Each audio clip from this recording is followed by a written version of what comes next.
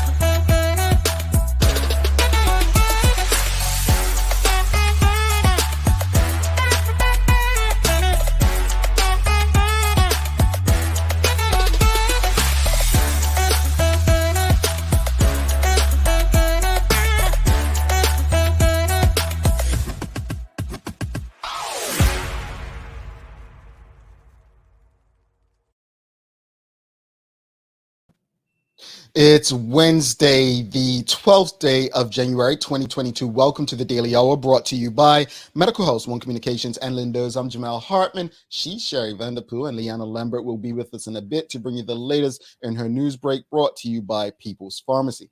Sherry, it is what they call Hump Day. How are you feeling? On the hump. That's the I clean feel like version. I'm just like right there, like Right there. long weekend coming about. So I'm just like, I see you. Yeah. Many people can relate to you on that. Someone put something the other day, Bermudian on Twitter. They were like, we don't have another holiday till like April. This should be against the law. And I'm like, I don't think Americans go that long without a holiday. 2 weeks, 3 weeks in, it's Martin Luther King Day. Then they've got President's Day. So yeah, Bermuda, Yes. yeah, we probably need to look at that, right? Bermuda makes up on it on the other end of the calendar. You know what I Yeah, mean? They make up for it. You don't yeah, have Good Friday off out here. yeah. Definitely not Cup Match. Like they make it up at the other Boxing end. So Day, yeah, it's all right. Boxing Day. Yeah, Yeah. yeah, yeah. Hmm. This is true. I don't know the length of time between a holiday. I get it, but hey, that's why we should have a decent amount of vacation days. Good morning, everyone, and thanks for making us part of your daily routine. A good one today, as Eugene Dean is back. He's stopping by for another important conversation. The Daily Play is music. Oh, sorry. We bringing it back. My trivia Fridays with you. That's what we're gonna do. Yeah, I'm waiting for Bring. you on Friday. I mean, you could bring it. Look, folks, one of my early lessons in radio was when you're doing trivia, it's got to be engaging, meaning someone should know the answer. The thing is, someone always knows the answer. It's just not Sherry. Don't drop me a bomb on that one. That was actually funny. I'm sure everybody is laughing at that. But folks, don't forget the giveaway. Here's how it's going to I'm work. losing it. If you don't know already, you will have to tune in every day to hear what letter is being given at a different time each day. So we've already given 1, 2, 3, 4, 5 letters, right? So it's going to be 6th letter today. All right. Those letters will determine the words that make up the phrase. So some folks have guessed the first word and you sent it already. It's not a word. Remember, I said it's a phrase. And then some people have sent the wrong phrase. So once you believe you've guessed correctly, go to our website, thedailyhour.com, and fill out the contact us form with your name, email, and answer where it says message. Please note you must be a subscriber on our website to be eligible to win the $500 prize. I hope that's clear. If not, you can send us an email, engage at the Daily Hour. Clear. And Clear? one prize. One $500 prize. There will be more, but that's the one prize. Also, I'm going to keep doing this as long as you all keep doing it. Thank you. Behalf of my sister, my family, myself, thank you all for the continuous kind messages regarding my mom.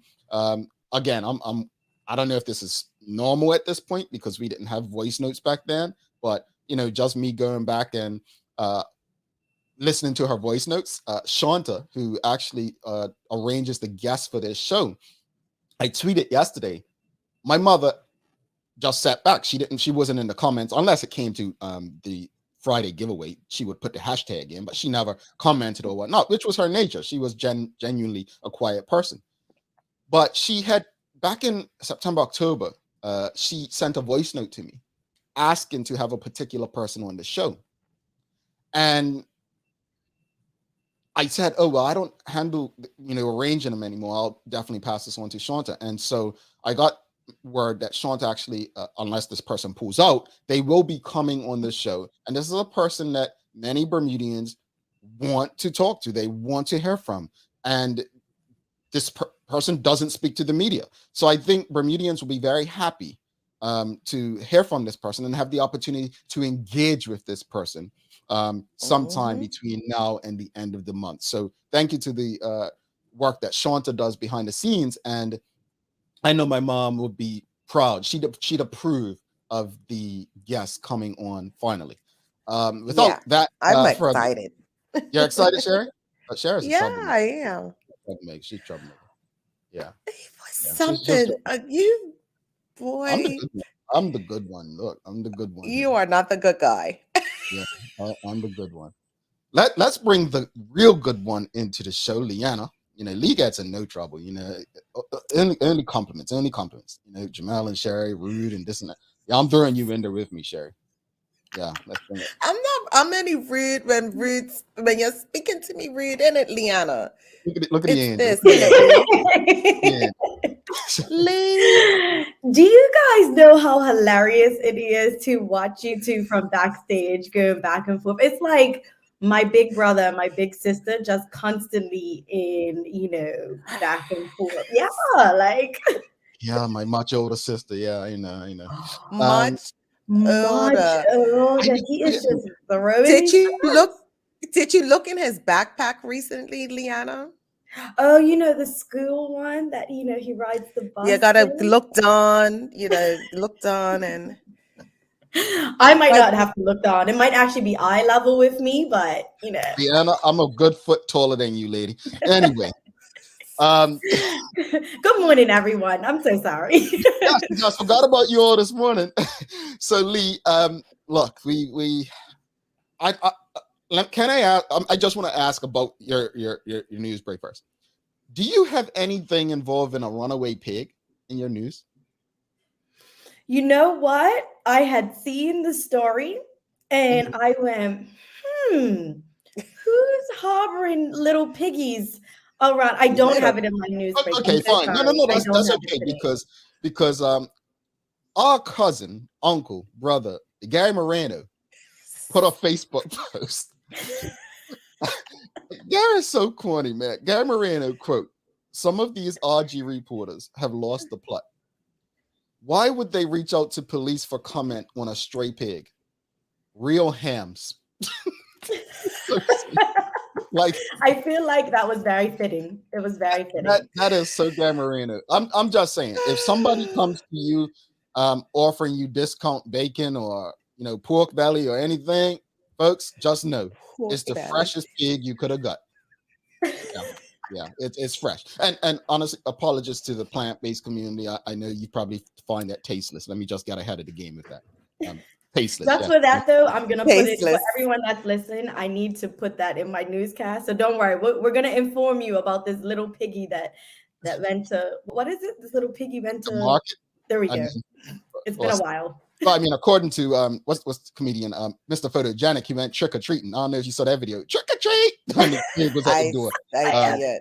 Yeah, Mr. Photogenic just, folks, you knew that pig was going to make his lineup. Anyway, let's get to your news break. You've got much more important things than a runaway pig. Where it's apparently runaway is pretty normal, I heard, on that part of the island, but we're going to leave that to another day. Over to you, Lee.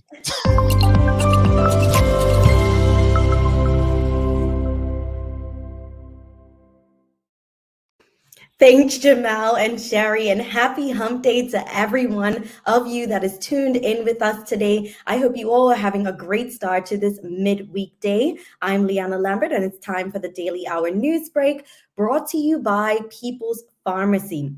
In today's top stories, police are appealing for witnesses after a man was stabbed in the east end of the island over the weekend. Now, authorities say a 56-year-old man fell victim to a knife crime on Sunday evening at 7:25 p.m. Apparently, the man attended the police station to report that he had been stabbed in the area of the scrap yard in Southside, St. George's. Now, he was transported to hospital for treatment of his injuries, where he remains in the ICU. However, his condition is not known at this time. Police say a short while later, a 58-year-old man was arrested and detained in connection with the incident. Detectives are asking for any witnesses to call police or contact the Crime Stoppers hotline. And other police news, footage of a pig on the loose in various locations last night proved a surprise social media hit. Now, the full-grown porker was filmed at a variety of locations by startled onlookers earlier yesterday, including what appeared to be St. George's. Now, some of the footage showed the pig nosing around on a doorstep of a house. But despite the interest in the porcine prowler, it is not known if the owner had been tracked down or if the animal had run all the way home. Shocking news coming in for travelers this morning, as it was revealed that JetBlue is to end all year-round flights from New York's JFK to the island. Now, JetBlue, which had flown to Bermuda from NYC 12 months a year, said it would downgrade Bermuda to a summer seasonal market later this year. Now, the announcement came after JetBlue's Boston service to the island in the winter was phased out in November. The Boston move was put down to low demand during the off-season by Transport Minister Lawrence Scott. JetBlue's Boston service to Bermuda is expected to restart in the spring. The airline's plan to drop winter service to Bermuda altogether was announced yesterday on the aviation's news site Simple Flying. And the Ministry of Education is advising the public that the 2022 Bermuda Scholarships applications are now live. A government spokesperson said that students are encouraged to go to the link and fill in their information as early as possible. The deadline for applications is April 11th, 2022, and can be found at bermudascholarships.com. Now, Acting Minister of Education Tanae Ferbert said, going off to college or university is an exciting time in a person's life. It is an opportunity to seek new challenges and experiences while cultivating the skills and knowledge for your future career or business. She hopes that many students, as possible, take advantage of the numerous scholarships that are available.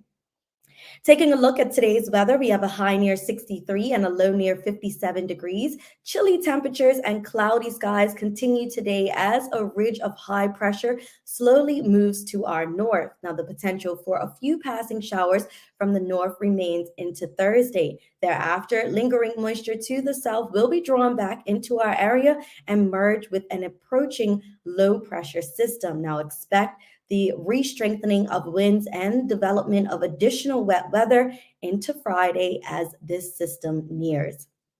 That's all for our Daily Hour News Break, brought to you by People's Pharmacy. But before we go, here's a little helpful tip from your favorite community pharmacist. If you think you have insomnia, try turning off all devices at least 30 minutes before your desired bedtime. Also, speak to your People's Pharmacist or healthcare team member about melatonin, CBD, Delta 8, and how these naturally occurring supplements can help you create a better sleep hygiene. Now let's head back to Jamal and Sherry in the studio for today's Daily Focus. Thanks so much for that, Lee. So JetBlue, not coming from New York. I want to say Delta still goes from there. Maybe not American. So at least they still have at least one option, I guess. I don't know. At least one option, yes. But it's sad to see the JetBlue flight go because it was just so accessible for people going back and forth. Yeah, and that was honestly JetBlue is one of my favorite airlines. I've never had trouble, even when I have had trouble in terms of a delay. it's always handsomely rewarded. But can't say that about some other airlines, but I'm going to leave that even though the 30 days is up. Lee, thank you so much for that. Oh, and thank you for mentioning that porker down the east side of the island. Yeah, I just had to. I mean, when you mentioned it, I was like, I'm sure people are interested to know what is going on in the east end of the island. Yeah. Hey, look, for all those folks who've been talking about meat, the price of meat going up, and we can't afford groceries, go see somebody in these. I'm telling you, it must be a sale on pork. We'll check you later. Bill McDonald had a farm. I'm just saying. But look, Jamal, before Lee goes, I need to mention what's going on today. Yes, please. Rushing me off the show today, Sherry. Not roast pork day, is it? No, it's not. But it's something that is near to us as a group right now. It's called National Take the Stairs Day, and it's celebrated every second Wednesday in January. So that means hitting the stairs, not the elevator. And if you're interested in taking things up a notch, run or cycle to work or anything, the important thing is that our lungs need to breathe, we need to move, and we're not doing that as much as we used to before. In addition to, the air quality ain't the best. So we need to continue to be healthy and keep moving as much as we can. So take the stairs today. I mean, to be honest, unless you're in New York City where you got like 50,000 flights to go up, there's no excuse. There's no excuse. Nah. But I'll find one anyway. Well, yeah. I also say park further, but not everybody's at work. So just take a couple of laps around your house today. I think I will do that today. Working from home, I might take a lap around the neighborhood. So thank you, Sherry. Well, Lee, we look forward to that steps challenge we'll be starting soon. Yes, we do. See you tomorrow. All right, we are going to take a quick break. We've got Eugene Dean in the green room, and he will be with us in a bit. Stick with us.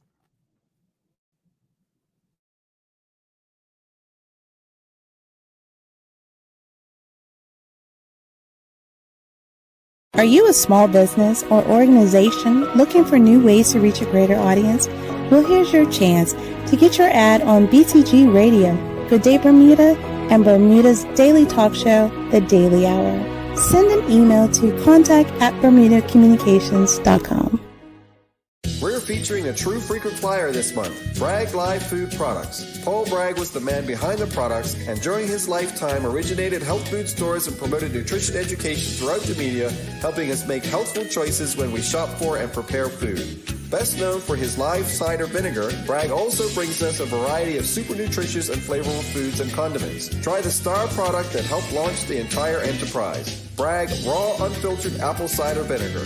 Lindo's, why go anyplace else? Mom's celebrating her 70th birthday next month. Have you noticed her age is catching up with her? Yeah. Plus, she's having a hard time getting up and around like she's used to. I would sure hate to see her fall. At Medical House Limited, we can help make life situations easier. We have electric beds, motorized scooters, bath stools, walkers, you name it. Mom's been real good to us. We'll get her birthday and Christmas gifts from Medical House. Medical House has relocated next to the Dandytown Field, number 6 Bakery Lane, Pembroke. Telephone 292-3622.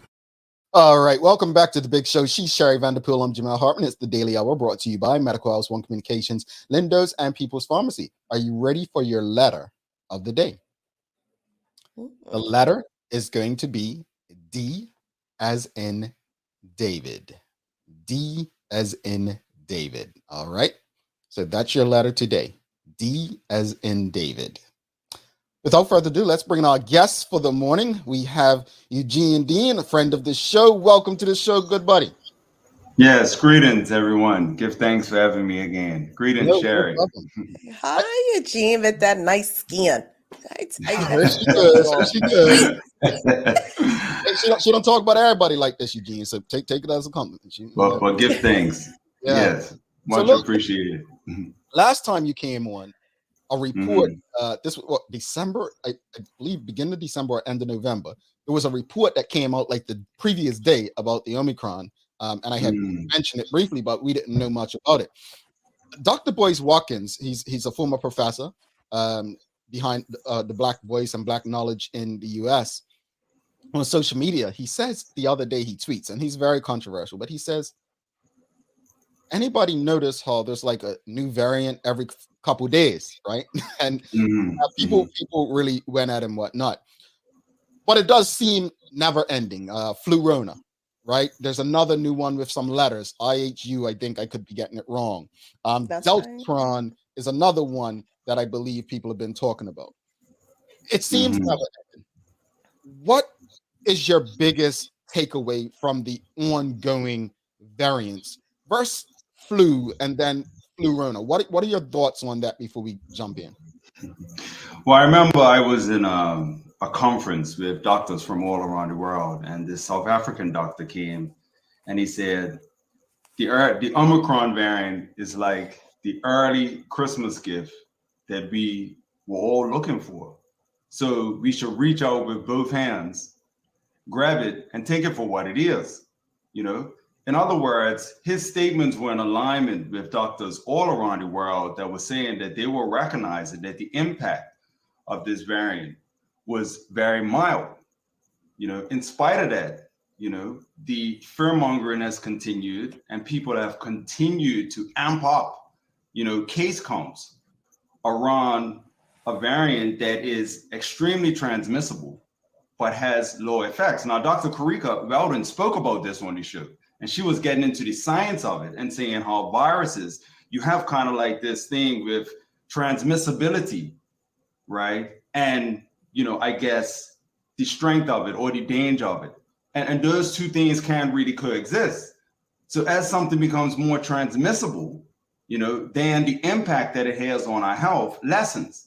You know, viruses really just want to survive. This is what the scientists are saying and the doctors are saying. But I say all that to say that this variance scenario, you know, it's apparent that it's being used to keep the community destabilized. Every time you look, it's almost like even the premier in the summer was telling us that we were going to have a bad winter. And I'm saying, okay, unless all of a sudden the premier is an oracle now, right? I'm trying to figure out like how he knows what the winter is going to be like, you know? So it's starting to give the impression that these things are almost planned, that all of a sudden, like you have these new variants and then the case counts go up and the media is going on about it. So I'm not sure what the rationale is behind it, but I would, you know, I feel like the community is looking for more a stable approach to this and a more measured approach to what's been going on, you know?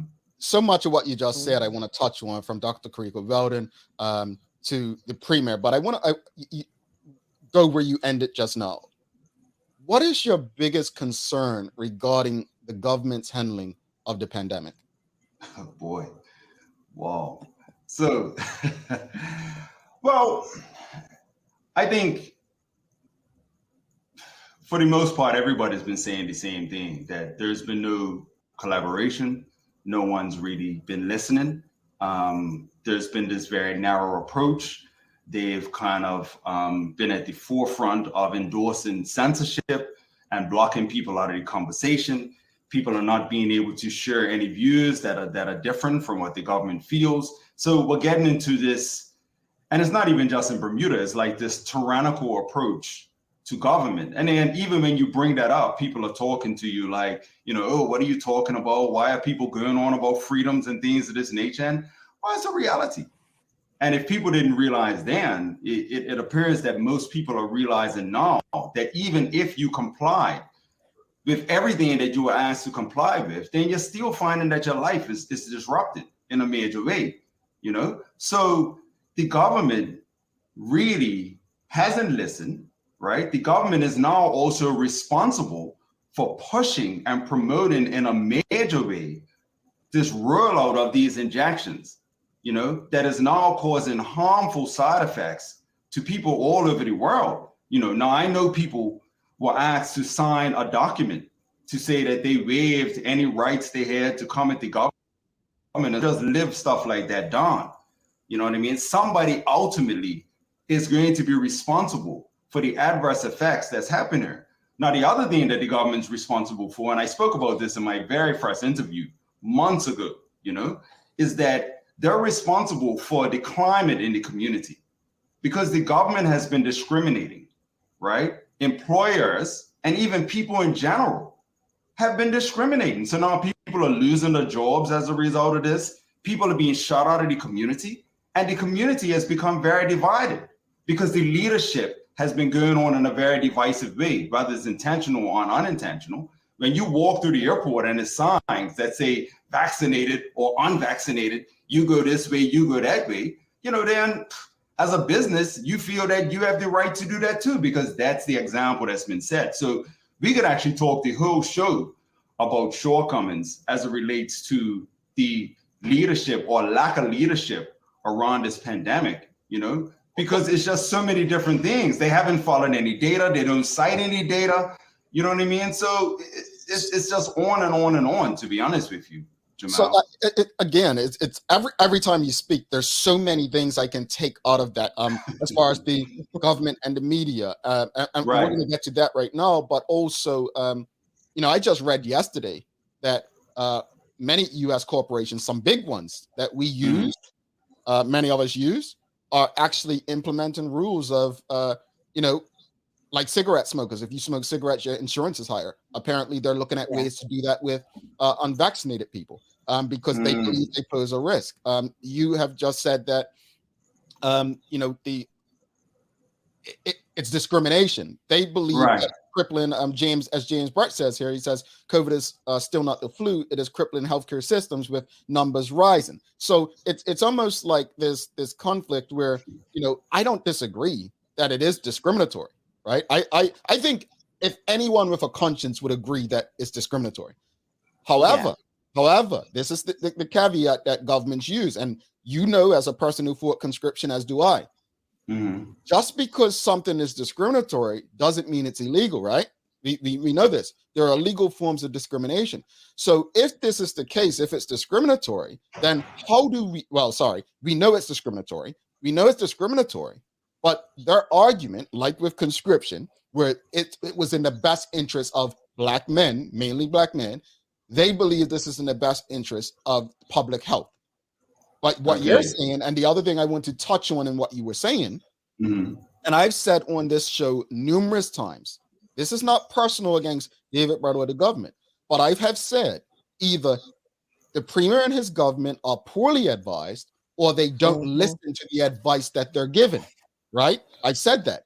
And we've seen Dr. Karika Weldon resign recently. And what did she say? Right? So my point is that a lot of what you said, I don't think people should dismiss it. I think we should actually look further into it because take away beyond the pandemic, a lot of these same questions we have based on the governance of the party in power, at least in Bermuda anyway. Right?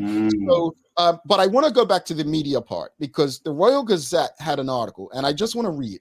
The Royal Gazette was scheduled to interview Mr. Burt, but the premier insisted only a journalist chosen by him could question him.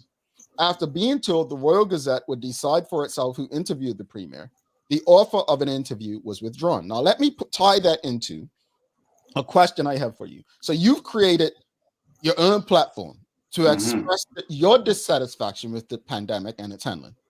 Why did you feel it was necessary to do this? Do you not trust the media to present the pandemic fairly?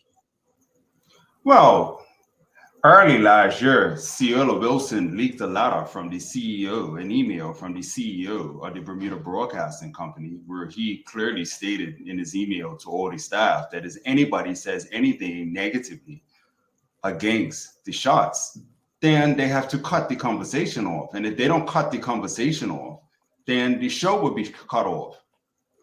So it's been made very clear, that the media has no intention of saying anything against the injections. Also in speaking with the Royal Gazette, the editor of the Royal Gazette, he made it clear to me that the ad that's on the top of the paper that says get vaccinated is not a paid ad. It's something that the Royal Gazette is doing, So the media and the censorship that's going, everybody sees what's happening. YouTube, all of a sudden, there's a platform. You have to watch what you say, because all of a sudden, they have all this medical expertise where they know what you can say or what's harmful for the community before. I mean, I'm pretty sure you can find out how to make a bomb on YouTube. Why isn't that censored? But all of a sudden, if you talk about ivermectin, it gets pulled. You know what I mean? I've written several press statements and sent it to the media. Nobody runs it. You know, I spoke to doctors early out. I said, what's going on? Are people collaborating? Are you being asked to form a task force to research, to find out what's going on overseas? They said they're not even being given a voice unless they agree with everything that the government is doing. So the media is going to have to answer in a big way of why they have sided with the government as it relates to the rollout or the management of this pandemic, right? Regardless of how successful the measures have been or not. And why have they keep people out of the conversation? And I didn't create the platform for me. I created the platform because very skilled and experienced people in the community were not being given a voice. That's what the platform has been created for. So at least people can come on and speak freely about their experience and give their advice. Apparently, that's no longer allowed in mainstream media, you know? Yeah, well, I mean, Traveling Trotty says in other parts of the world, the pandemic is not headline news. People are living with it and moving forward. But you obviously, based on what you just said, you don't trust how the media is handling it. You went and created your own platform. Right.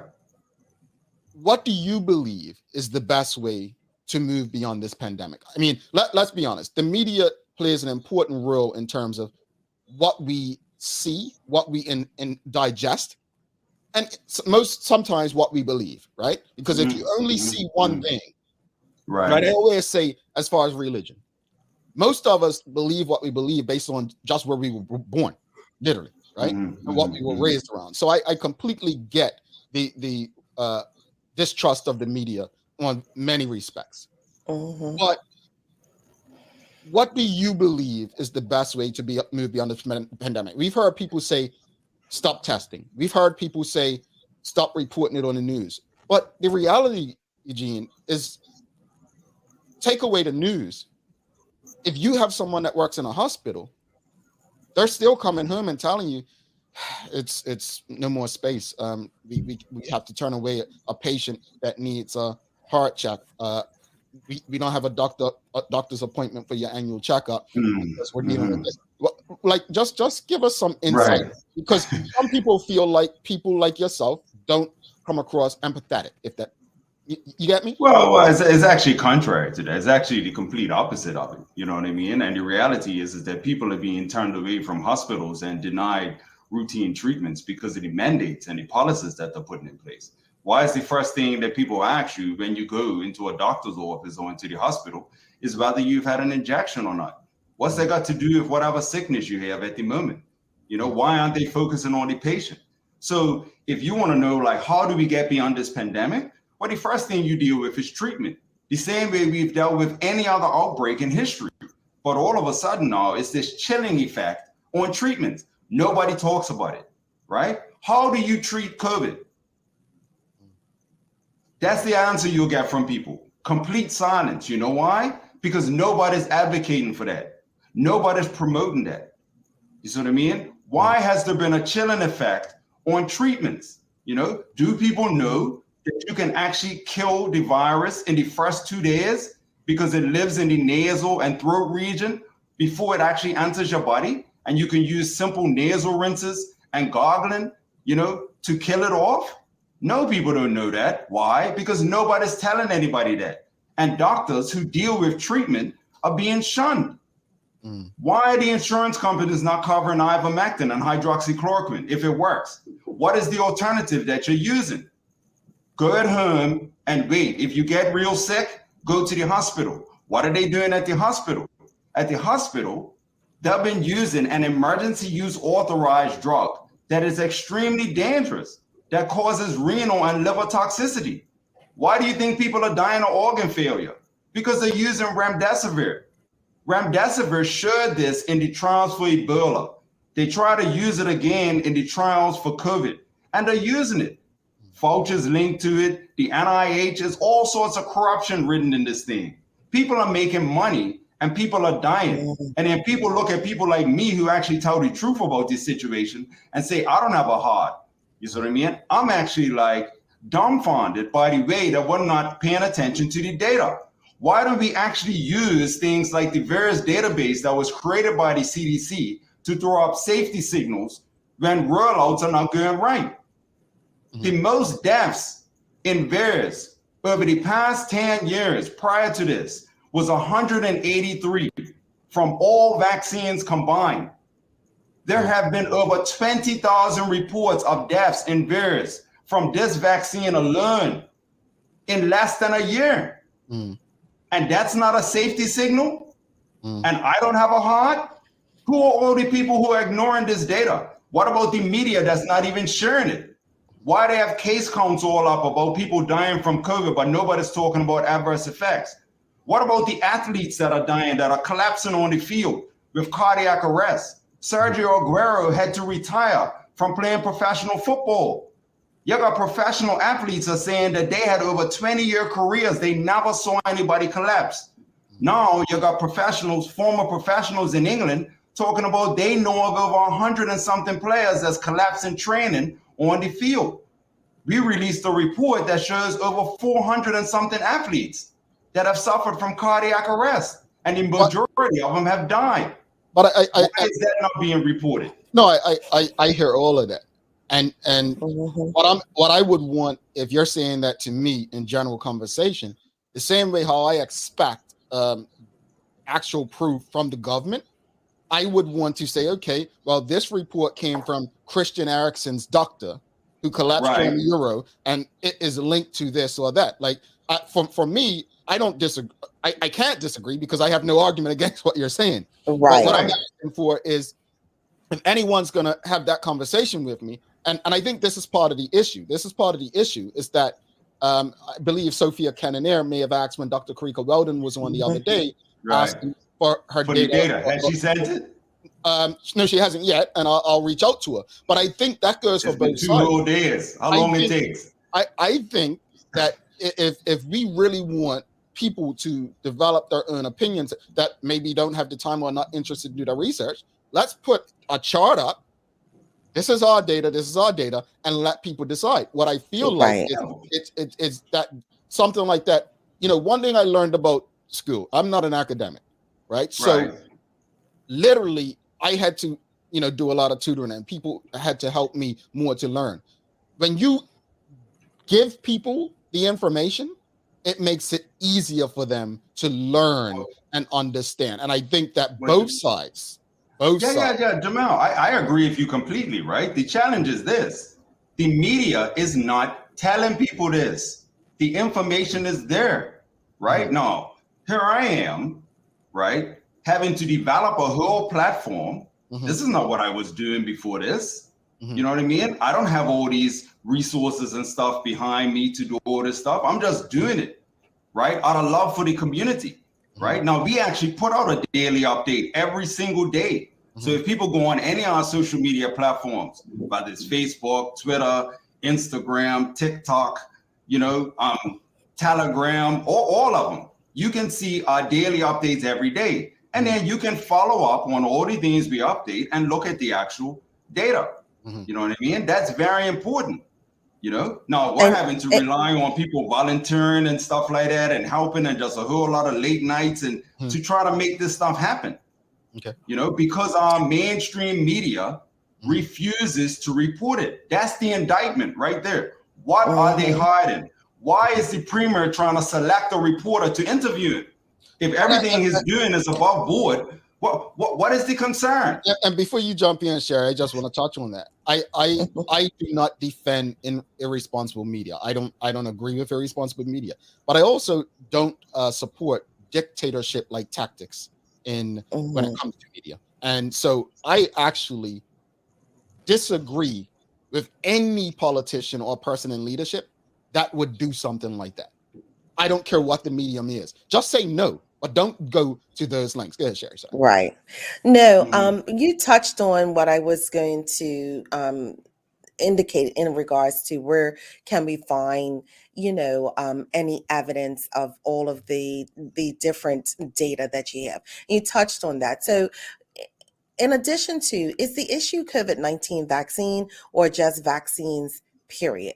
Oh, before you answer that, let me just play this clip. Let me play this clip for you. No problem. Hold on 2 seconds. No problem. Do you believe that vaccination is the best way out of this pandemic currently?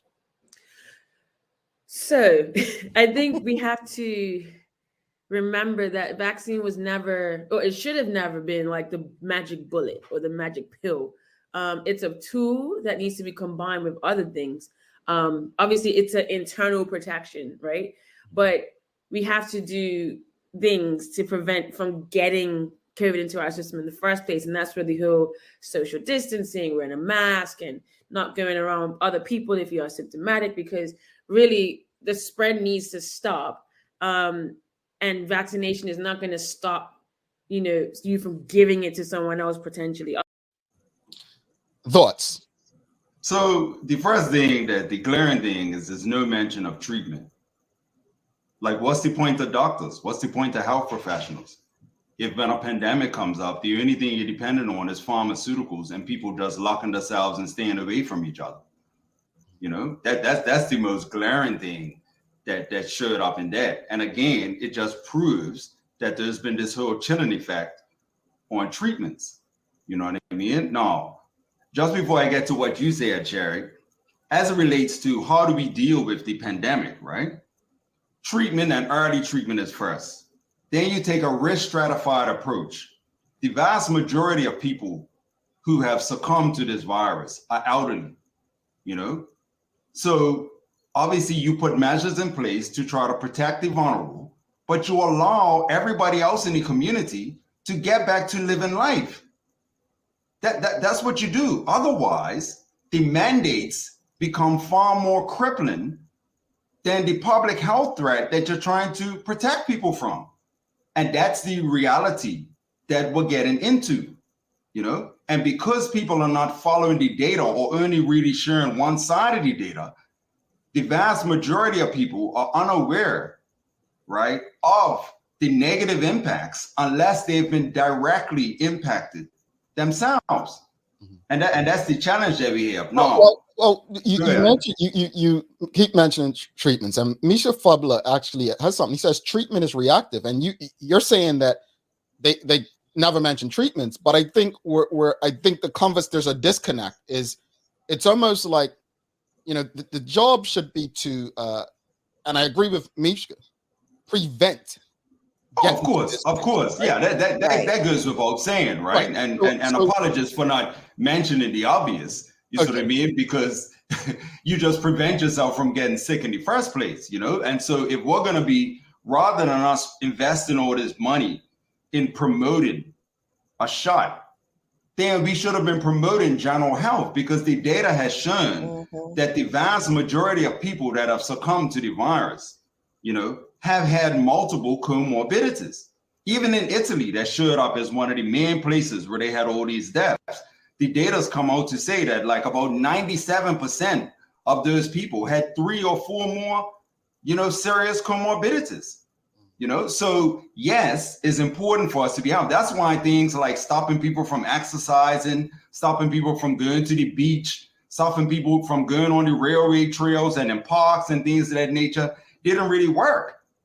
And if you listen to any of the interviews we had, our community conversations with people out of the UK, you would find that the way that they've been handling it is totally different. The parks are full. People are exercising. People are out as normal. Masks are something that you can choose to wear or choose not to wear. Yeah. But Eugene, that may be true. But Boris Johnson, the leader, is also under pressure and may not be the leader for much longer. So I think all things reported. Is it as a result of that? Well, let's talk about the number 10 party that happened, like the hypocrisy of his governance in regards to how they treat it. Like, you can't tell everyone else not to party, then you're having a party down at number 10 Downing, and then the way that that's what everybody, we do that here. I was hired to help at this event at the middle of when we had 20 people allowed, and I'm seeing this event that's put on by the government with over 100 people at it. Well, and again, I think that leads to our distrust of the people. So I don't think, and I'll just be honest, I just don't think using other bad examples as an example, which is my opinion, is a good idea to do. And I want to touch on James Birch. He says the media have a responsibility to report verified data. Eugene, how are you verifying the reports you represent? And so going back to what Sherry was asking about, where can you direct the audience or detractors of your position to your evidence? Because what people want to see is they don't just want to hear from Dr. Karika Weldon or Premier Burke or Eugene Dean. They want to actually go to these verified reports. And keep in mind, we spoke about this last time. Some of the people that we're being directed to, we already don't trust on both sides. There are people that already don't trust Dr. Fauci, so they're not going to go to it. So where are the reports that people can find beyond going on beyond the pandemic TV that they can say, okay, this is trustworthy information? Well, to be honest with you, right, if you just start at the VAERS data, remember the VAERS database was created, is by the CDC to throw up safety signals, and the data shows it. There's been over an 11,000% increase in reported deaths. There's been a huge increase in just reports of adverse effects. And that data is just being denied. That's simple. Now, if you want to talk about where I talked about players collapsing, you could just do a simple Google and find information about that. It's all over the place. The challenge is that, right, the mainstream people are not reporting it. It's a hush on all of this information, but the information is there. Dr. Peter McCullough, every time you heard Dr. Peter McCullough being interviewed, right, he is citing data all throughout this conversation. You can go to places like the Brownstone Institute that has a number of people that are sharing data and putting reports and things of that nature. It's a lot of data that's out there for people to go to. Now, for me, I just happen to stay in a circle of doctors and health professionals as of late, and so I'm fortunate enough to be sent information like people like Jessica Rose, who we interviewed. She spent the last year studying the VAERS data as an analyst and writing papers on it and things of that nature. She has a lot of data on her website. You can go to our website. She's broken it all down and all of that. So the data is all available. We are trying to develop a platform where we can take all this, because most people don't want to do all the research, and be able to present it in a way where it's easy for people to see it. Even on our website now, we have a resources page where you can find some of this data. But again, it's a lot of work to do this. I mean, even you having this show every day is a lot of work, right? On top of that, trying to turn it into a news site, put resources and papers and all of that type of stuff, it's a lot of effort. But I still continue to say, I was going to say, that's okay. I still continue to say, though, Eugene, that people align themselves with what they believe. And I think that's where the mind shift is. How are we shifting people, or how do you shift people out of what it is that they believe? If I believe in this particular doctor, then that's what I believe. And you're going to present something on the opposite side of that, right? So how do I shift my mind to, and is what you're saying is true? You see what I'm saying? And the mystical and the fairy dust that is out there to people, they're like, well, what do we believe? You know what I mean? But let's go here. Let's deal, and this is how I like to deal with stuff, even when I'm talking about the environment, because you can get all these conversations around climate change and things of that nature. And I say, okay, tell me something. Is a whole lot of plastic and waste in the water good or not? And everybody would have to agree, well, no, that's a problem. Okay, so let's focus on that. So in this case, right, are there adverse effects to the injections? Yes or no, right? Has there been censorship? Yes or no? Have people been dying in ICUs and hospitals as a result of organ failure? Yes or no? Have there been mass business closures, right, that have caused all sorts of economic impacts, with people being laid off, losing their jobs, things of that nature? Yes or no? You know what I mean? Have the testing regimes caused problems? Are people getting stuck overseas? I was on the phone just before I got on the interview trying to help somebody get home who's been stuck overseas because the travel authorization didn't get through. Then the airline has stopped them because they don't know the type of test that he used. All sorts of crazy. He's been stuck overseas for almost a week. Can't get home, right? Has there been division in the community? Has this had a negative impact on children? Now, if you just go through that and answer those questions, right? Then we start to get some sense of reality, right? This is not stuff that's being made up. If you want to deny that all those things are happening, I don't know, what can I say to you after that?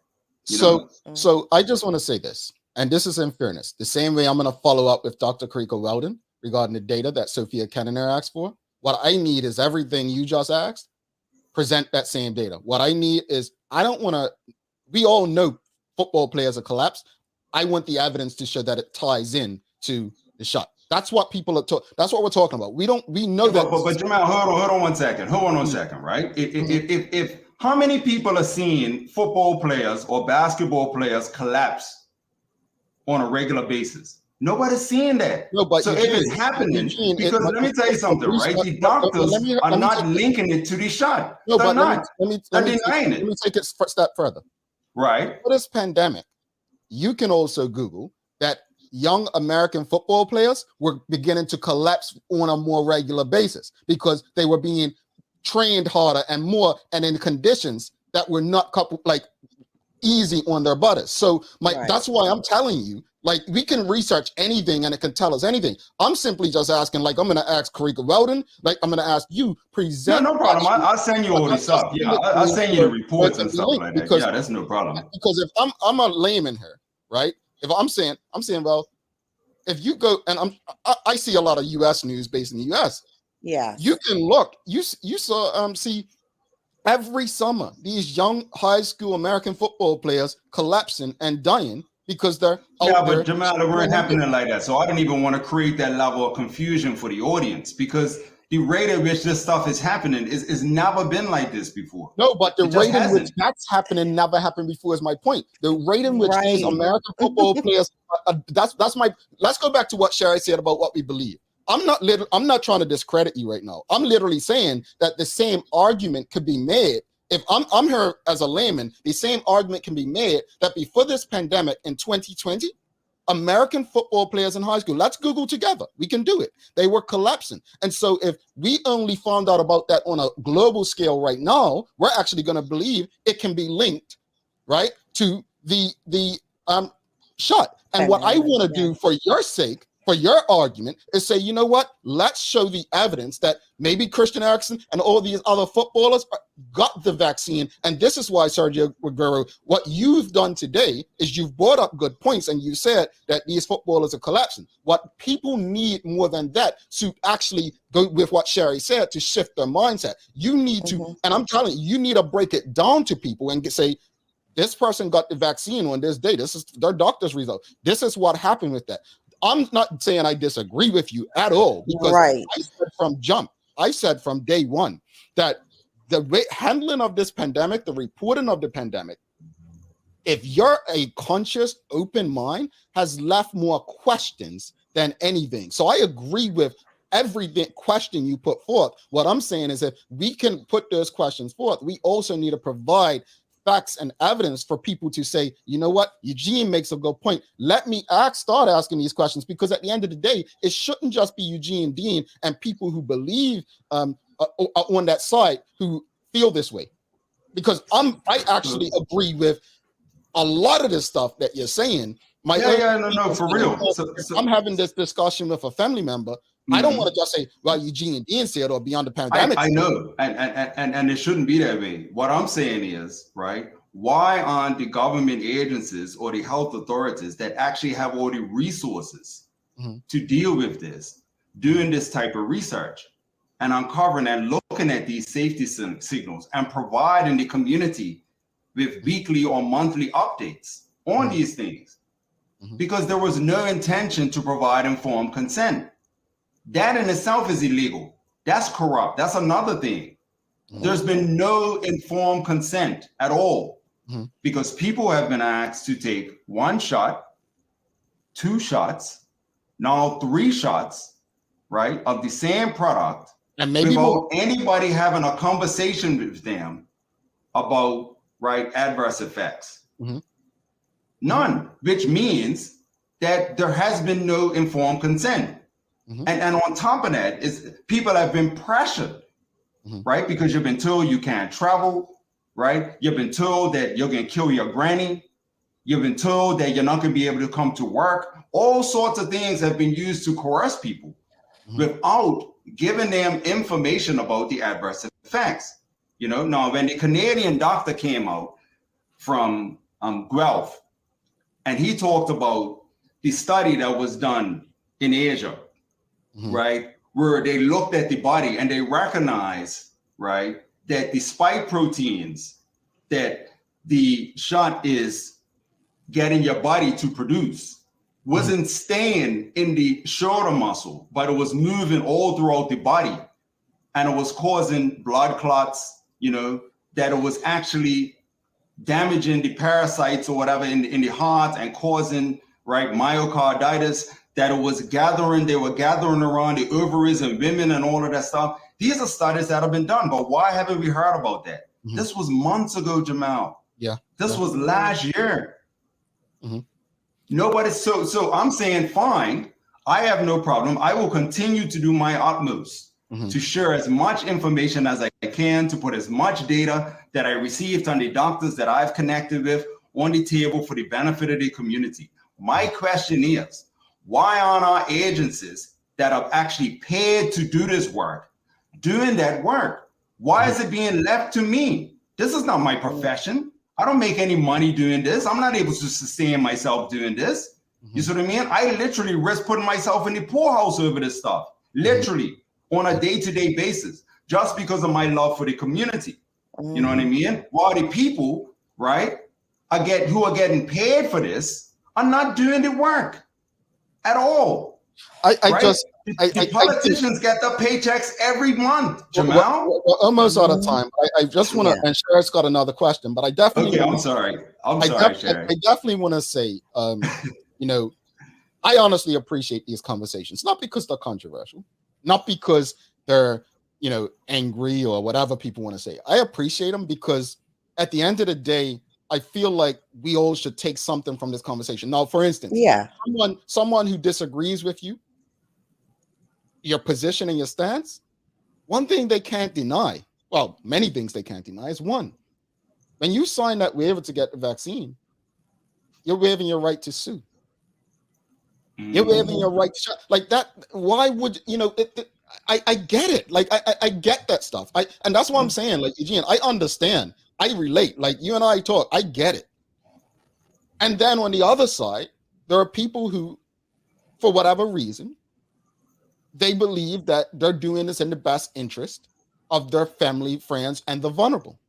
They believe that. And to them, you know, they believe what maybe their general practitioner is saying, because I believe even Dr. D said it. You know, if you're having thoughts about the vaccine, speak to your GP, right? I believe. So some people may be advised, take the advice and say, yes, I'm getting it. Some people may take the advice and say, no, I'm not getting it. Right. But I truly believe, I'm a person and someone just said it. So just said it. Yeah, personal choice. I have been a believer of this. However, Eugene, this must be said, and Cherry, I'll let you jump in after this quick comment. While I agree with you about personal choice and freedoms, man, we got some ignorant people amongst us. And I'm not saying ignorant, like we're all ignorant. Let's be honest, we're all ignorant. None of us knows everything. I'm ignorant to science, literally. Right. So I have to read a bit longer and a bit more.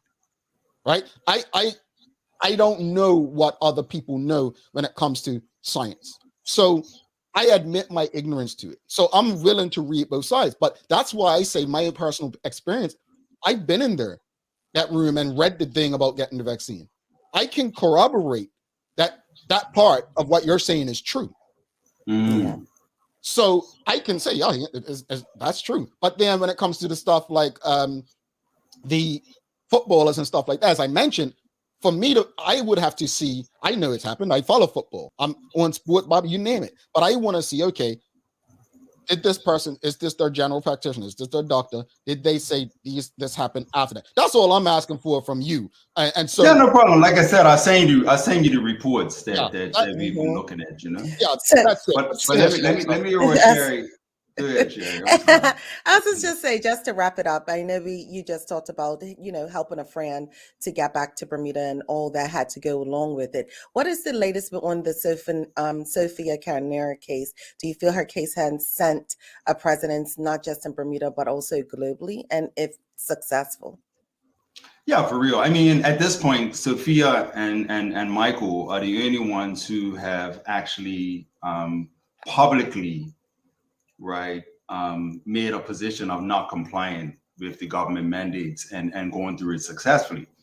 So at the moment, the case continues to get pushed back, and there's a lot of theories of why the case keeps getting pushed back. What I find is interesting, and I'm very proud of Michael and Sophia for this. Like, they actually want to go to court. Most people are afraid to go to court, and they actually want to, and maybe that's why there could be some concern on the other side. The other thing is that they've lined up a very impressive, line of witnesses. I mean, they have Dr. Peter McCullough, Dr. Paul Alexander, PhD, Dr. Christina Parks, who's another PhD, Dr. Leland Stillman, medical doctor. They also have Dr. Assaran and Dr. Darling as well, locally, lined up to support that case. So there's a lot of evidence. Dr. Paul Alexander have overseen over 100 studies on natural immunity, and analyzed them and surmised them and written reports and come up with results and things of that nature. Dr. Peter McCullough has seen thousands and thousands of clients. He's the one who's leading the whole push for early treatment in the USA and deals with a lot of doctors. So that case is pivotal. And it actually is an example that we can all follow in Bermuda. Like, we have to get on the front foot with this. At the moment, we're all in a position where we're being subjected to all these mandates. You see what I mean? And yeah, Sophia just put up, they have actually been pushing to bring the case forward. Now, when have you ever heard about that in history? That somebody actually wants the case to happen sooner rather than later. That's how eager they are to get in court, you know what I mean? And yes, it does have the potential of having ramifications globally as well, because the doctors that we've spoken to, they have made it clear that through the courts is one of our best ways of being able to address a lot of the challenges or concerns that people have with the pandemic and the way that it's been managed. Yeah. Brother Eugene, always a pleasure. And I say this because I definitely, there's some, we can go on forever. I think I'm sure. I'll follow up with Dr. Weldon regarding the data that Ms. Cannonair asked for the other day. And if you can direct me, and I'll be clear, folks, Eugene sends me information without me asking. So I know he'll send me the data that I'm asking. I appreciate it because it takes me a little bit long. Go ahead, Sherry. And I was going to just say, let's not just say that these aren't angry conversations. These are very passionate. I hear passion in your voice. Nothing I feel is energy of anger. You're very passionate. Yeah. And I have to apologize for people who misinterpret that, because I do tend to get very passionate. I mean, even in my family, people say, my daughter tells me, all right, Daddy, all right, you're talking loud again. Eugene, honestly, they said it about X, they said it about King, they said it about the first Mandela before he came out. They said it about Larry Marshall Sr.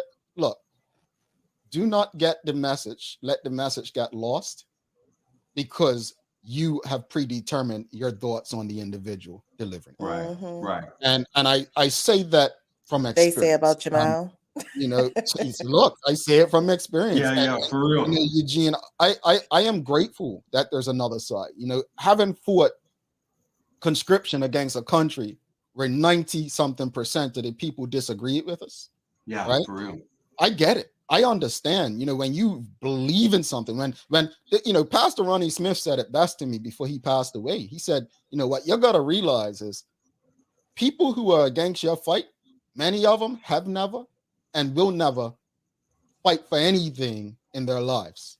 There's an acceptance amongst the community. Yeah. So whether we agree with you or not, I appreciate there's another side to create balance to this, because what I think you're doing, not necessarily to say, hey, you should agree with me, but you're bringing valid points to the forefront that in truth, the media should be asking the government certain questions. Exactly. And that's what I take from it more than anything. Yeah. I'm not here to agree with Dr. Weldon or agree with Eugene Dean. I'm here to get information from what they're presenting to say, you know what?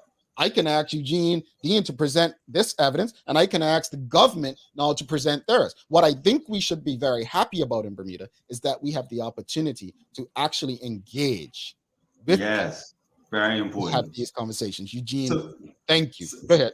Can I say, Sherry, I took a note that you mentioned that you tested positive, right? When you were speaking with Dr. Kariko Weldon.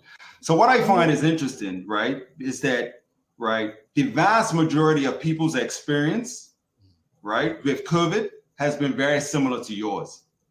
Where you're still on the show, you're still functioning. A lot of people were sitting up, kicked back, watching Netflix, but yet you turn on the TV afterwards and the media is telling you that this horrible thing is happening. And all of a sudden, then that shifts your psyche in spite of the fact that your personal experience with it was totally different. And that's the disconnect that's being created. I want to ask you guys one other question right before I go. Have you ever taken a test for the flu? No. Okay, imagine going to a doctor's office or the hotel or the hospital, prior to all of this, and asking somebody if they can test you to see if you have the flu.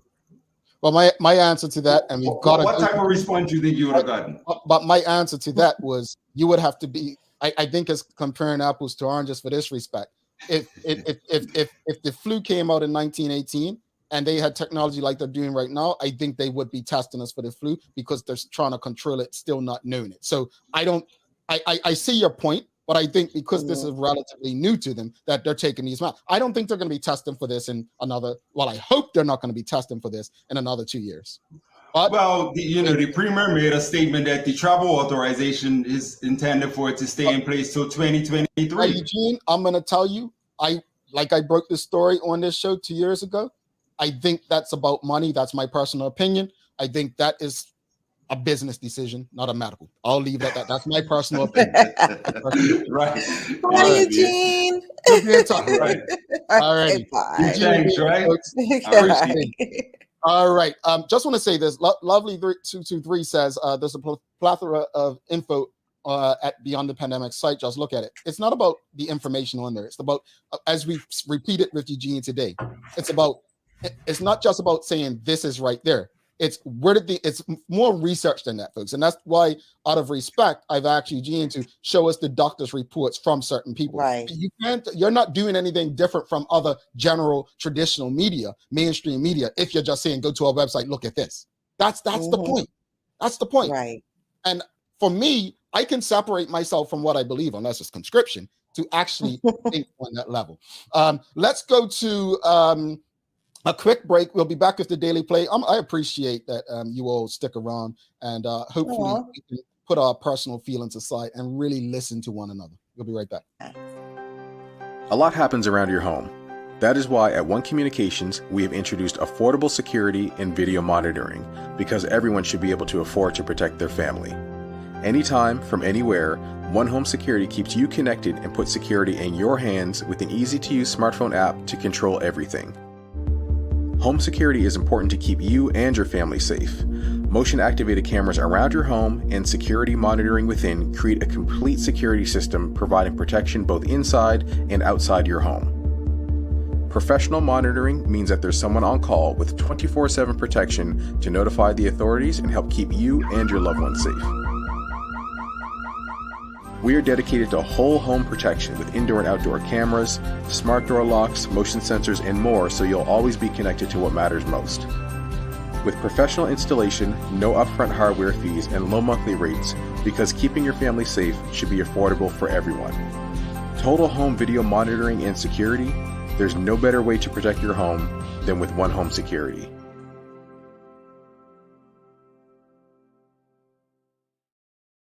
All right, if you appreciated that conversation with Eugene Dean, give us a thumbs up, a love, a like. Thanks again to One Communications, People's Pharmacy, Lindo's Medical House for appreciate the support they continue to give to us. Time for the Daily Play brought to you by Heineken 0.0, great taste, no alcohol. Sherry, are you ready? Yeah, let's go. It's a Just It, Don't Sing It. Here we go. Quote, these lyrics, get the lyrics to the song. Okay. Quote, here's a little song I wrote. You might want to sing it note by note. Song I wrote.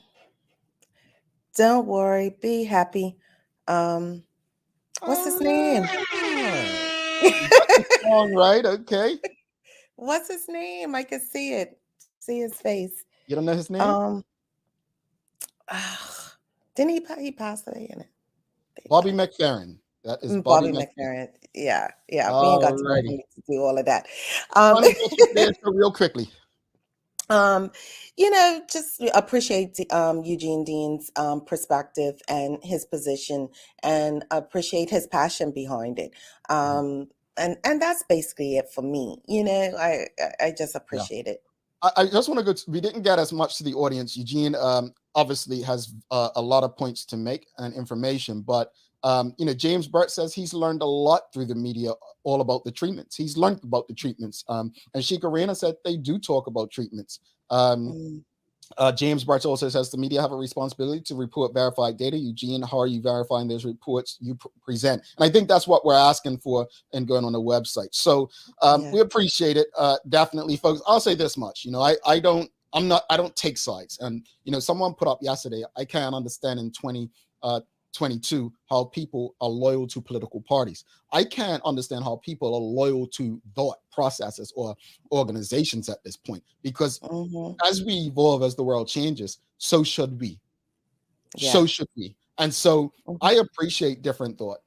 I appreciate different information. What I'm going to ask of anyone presenting information is to present where we can find the facts that back up this information. And that's anyone. So I look forward to receiving all of the data, because I'm going to restate what Sherry said earlier. We believe what we believe. Yeah. We believe what we believe, folks. And I've said this numerous times, and we're out of time, but I'm just going to say it. And you look at political parties when an election comes. And this is why I always challenge statistics. Statistics and data can tell you any story that you want to sell and tell. Two political parties can use the exact same numbers to tell you completely different stories. Yeah. So when Sherry speaks about what you believe, you literally have to relieve yourself of your beliefs to truly have an open mind to understand the information at times. And in truth, a large percentage of us don't do that, won't do that. And pretty much some of us don't know how to do that. Yeah. Sherry, send us off with some daily inspiration. Look, I have two quick birthdays. Happy 50th birthday to Tanya Birch. Tanya's 50. And happy birthday to Tammy Stevens. They're celebrating their birthdays today. Our quote for an inspiration for today is: self-love has very little to do with how we feel about your outer self. It's about accepting all of yourself. And that's from Tyra Banks. I like that one. And she's a model. Thank you for that, Sherry. Thanks again to our partners, Medical House, One Communications, Lindo's, and People's Pharmacy, for ensuring that we're able to do this with you on a daily basis. As always, we appreciate you, we love you, and we thank you for making us part of your daily routine. If all goes well, we'll be back to do this again with you tomorrow. She's Sherry Vanderpool. I'm Jamal Hartman. My friends, please do make it a great and safe day. We're out. Bye.